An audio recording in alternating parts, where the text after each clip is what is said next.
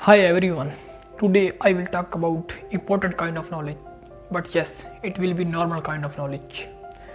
जो नज़रिया हम अपने माइंड में लेकर के बात कर रहे होते हैं, ज़रूरी नहीं है कि वो नज़रिया हमारा सही हो, और वो नज़रिए जो हम अपने लिए बना लेते हैं वही हमारे लिए परेशानी का सबब बनता है, वही हमारे लिए परेशान कुन साबित होता है। प्रॉब्लम ये नहीं है कि हम साइकोलॉजिकली अपनी अनरियल हो जाते हैं। साइकोलॉजिकली जो हमारी रियलिटी है वो बिल्कुल हट जाती है उससे जो रियल होता है।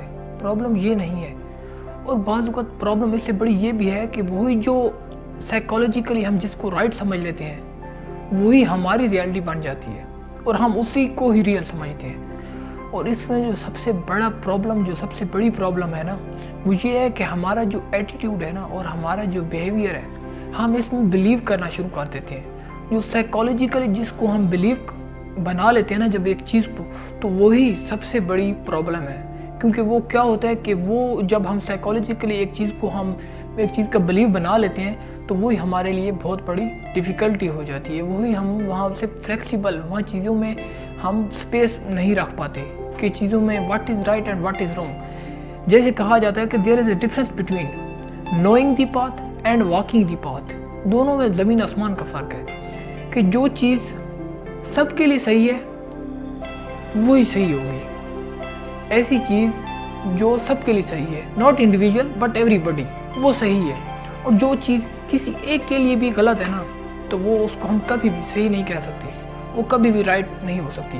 उसमें राइट और रॉन्ग में थोड़ा बहुत ऊंच नीच होगी, उसमें होंगे सिम्पटम होंगे दोनों तरह से, या तो राइट भी होगा या तो रॉन्ग भी होगा, दोनों तरह से कुछ ना कुछ होगा। तो अगर हम चाहते हैं कि जो चीज़ हम अपने लिए अगर हम पसंद करते हैं तो वही हमें दूसरों को देना होगी। जो चीज़, जो वैल्यू अगर मैं अपने लिए पसंद करता हूँ कि जो वैल्यू मेरे लिए मिले, जो वैल्यू मैं डिज़र्व करता हूँ, तो मुझे दूसरों को वैसी वैल्यू देना पड़ेगी। जो रिस्पेक्ट मैं अपने लिए चाह रहा हूँ कि ये रिस्पेक्ट मुझको मिले, तो मुझको दूसरों को भी वही रिस्पेक्ट देना होगी। और अगर मैं चाह रहा हूँ कि कोई मुझ पर ट्रस्ट करे, तो मुझे उस ट्रस्ट के लेवल पे पहुँचना होगा।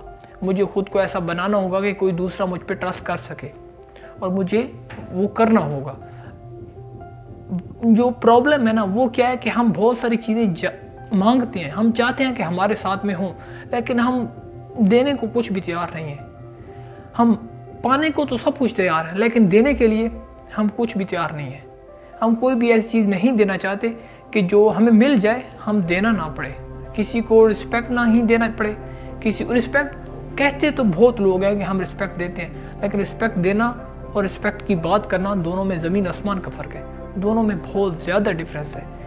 तो इसी तरह ही बहुत ज़्यादा ये भी इशू आता है कि हम खामखाही ऐसे लोगों को रिस्पेक्ट देते हैं जो कि उनके कैपेबल ही नहीं होते। वो लोग अनजाने में हम किसी पे ट्रस्ट कर लेते हैं, और जब वहाँ से हमें फीडबैक या वहाँ से जो रिस्पॉन्स आता है वो बिल्कुल ही अलग होता है, तो उसमें हम बहुत ज़्यादा सफ़र करते हैं। फिर वहाँ से हम बहुत ज़्यादा पेनफुल सिचुएशन में गुजरते हैं।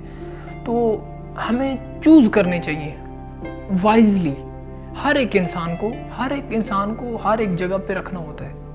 हर एक को आप अपने करीब नहीं रख सकते, हर एक को आप अपने से दूर नहीं रख सकते। आपको जो अपने करीब रखना होंगे लोगों को, वो आपने वाइजली अपने माइंड से सोच समझ करके उनको रखना होगा कि कौन सा बंदा किस काम के लिए है और कौन सा बंदा किस रिलेशन में फॉल कर रहा है। तो ये जो छोटी मोटी जो चीज़ें हैं ना, ये हर एक इंसान में क्लियर होना चाहिए। और हमारे लिए यही बहुत बड़ी डिफ़िकल्टी आती है कि हम इन चीज़ों को समझते ही नहीं हैं। जानते हैं, अगर हर एक के सामने अगर ये बात की जाए तो वो समझ पाएंगे, हाँ ये बात हमको पता है, लेकिन वो करते कुछ और है। उनको पता होता है ये बातें, लेकिन करते इसके बिल्कुल अपोजिट है। तो इसी वजह से वो सब स्टार्टिंग में मैंने एक बात की है, साइकोलॉजिकली हम उसको रियल समझते हैं, हमारा ज़मीर भी उसको रियल समझना शुरू कर देता है, तो वो रियलिटी नहीं होती। वो क्या होता है कि हम कुछ भी इंफॉर्मेशन हम या तो दूसरों के थ्रू हमें इंफॉर्मेशन मिलती है, या हम खुद गेट करते हैं कोई इन्फॉर्मेशन, तो वो ज़रूरी नहीं है कि वो सही हो। तो उस इंफॉर्मेशन में डिस्क्रिमिनेट करना कि what is right for us and what is wrong for us, उसमें सारे हर एक चीज़ ना हम सेकंड हैंड पीपल के अकॉर्डिंग कर रहे हैं, हर एक चीज़ को, चाहे वो बुक्स हैं, चाहे वो एनी काइंड ऑफ नॉलेज, वो हम सेकंड हैंड पीपल हैं सारे के सारे।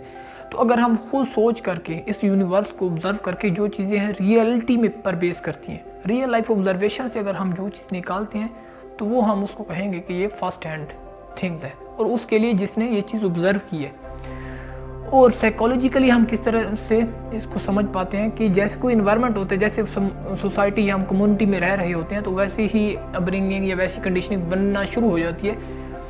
तो उसी तरह ही जैसे हम इन्वायरमेंट में रहते हैं तो वहाँ से हमारी साइकोलॉजिकली वायरिंग या पैटर्न्स एक डेवलप होना शुरू हो जाते हैं। तो उन्हीं के अकॉर्डिंग हमारे नज़रियात बनना शुरू हो जाते हैं, और उन्हीं के अकॉर्डिंग हम अपने आगे गोल्स होते हैं या जो कुछ भी लाइफ में आगे बढ़ना शुरू कर देते हैं। तो सारी चीज़ें इंटरकनेक्टेड हैं, सारी की सारी जो गेम है वो इनपुट की है। जैसा नॉलेज हम गेन करेंगे वैसा ही आउटपुट बाहर आएगा। जैसी इंफॉर्मेशन हम दूसरों से लेंगे वैसी ही इंफॉर्मेशन हमें बाहर निकालेंगे। जैसा एटीट्यूड या जैसी जिस तरह की हमारे आसपास में जो इन्वायरमेंट होगा तो वैसा ये कहीं ना कहीं हमारे ऊपर इम्पैक्ट पड़ेगा। तो कोशिश करें सोच समझ के कम्युनिटी में रहें, सोच समझ के अपने फ्रेंड सर्कल में रहें। लोगों से कट ऑफ कहने का मैं नहीं कह रहा, हर एक इंसान से आपको लाइफ में बातचीत करना पड़ती है। बहुत सारे सर्कमस्टांसेस ऐसे होते हैं जहाँ पर आपको इकट्ठा रहना पड़ता है, तो उसमें रहें, लेकिन एक चीज़ का अपने अंदर का एक बैलेंस बना के रखें। So that's all.